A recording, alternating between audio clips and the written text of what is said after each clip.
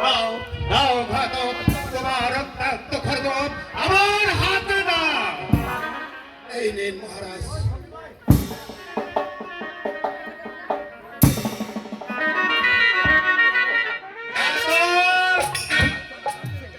তোমার হাত খেলা কাঁপছে কেন?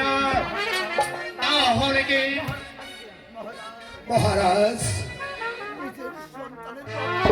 নিজের সন্তানের রক্ত কোন পিতাকে বহন করতে পারে? তোমার কোন কথাই যে আমি বুঝে উঠতে পারছি না। বলো ঘাতক, কি হয়েছে? তোমার হাত খানা কাঁপছে কেন? মহারাজ, আমি সত্যবানকে হত্যা করতে পারি না। কি বলছো ঘাতক? তুমি সত্যবানকে হত্যা করতে পারোনি? এত বড় সাহস তোমার? মহারাজ, আপনার ছেলে সত্যবানকে তো হত্যা করতে দেয়নি, তাই তো আমি সত্যবানকে হত্যা করতে পারি। আপনি আমাকে ক্ষমা করে দিন মহারাজ। যাও ঘাতক, আমি তোমাকে সইতে পারছি না। চলে যাও তুমি এখান থেকে। বেশ, আমি তাই যাচ্ছি মহারাজ, আমি তাই যাচ্ছি। সাগর, তোমার এত বড় সাহস, আমার আদেশ অমান্য করে তুমি তাকে মৃত্যুর হাত থেকে রক্ষা করেছ। পিতা পিতা, আমার উপরে ক্ষমা করুন পিতা।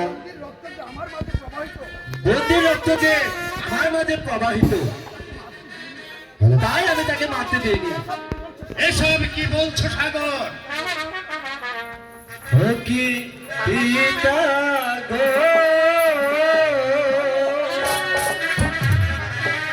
সত্যি এই না বন্দি আমার মাঝে।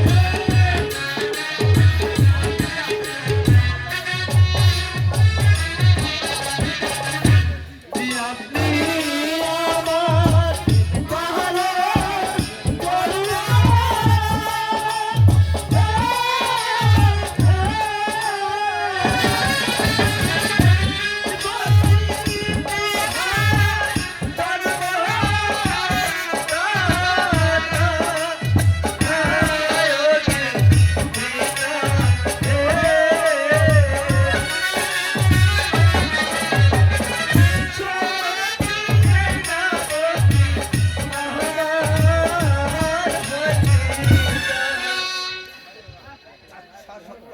আচ্ছা সত্যবান,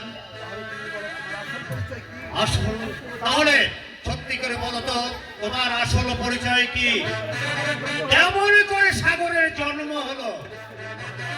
তবে শুনেন মহারাজ, আমার বাড়ি ছিল বাড়ি ছিল ওই রঞ্জিত রাজার। রঞ্জিত রাজার? একদিন রাত্রে ওই রঞ্জিত রাজা আমাদের বাড়িতে অতিথি হয়ে আত্মীয়তা গ্রহণ করে। রাত্রি প্রহর কালে ওই দুষ্ট রঞ্জিত রাজা রাজা আমাকে বেঁধে রেখে আমার স্ত্রীকে নিয়ে চলে যায়। তারপরও সেখানে ওই কারাগারে ওই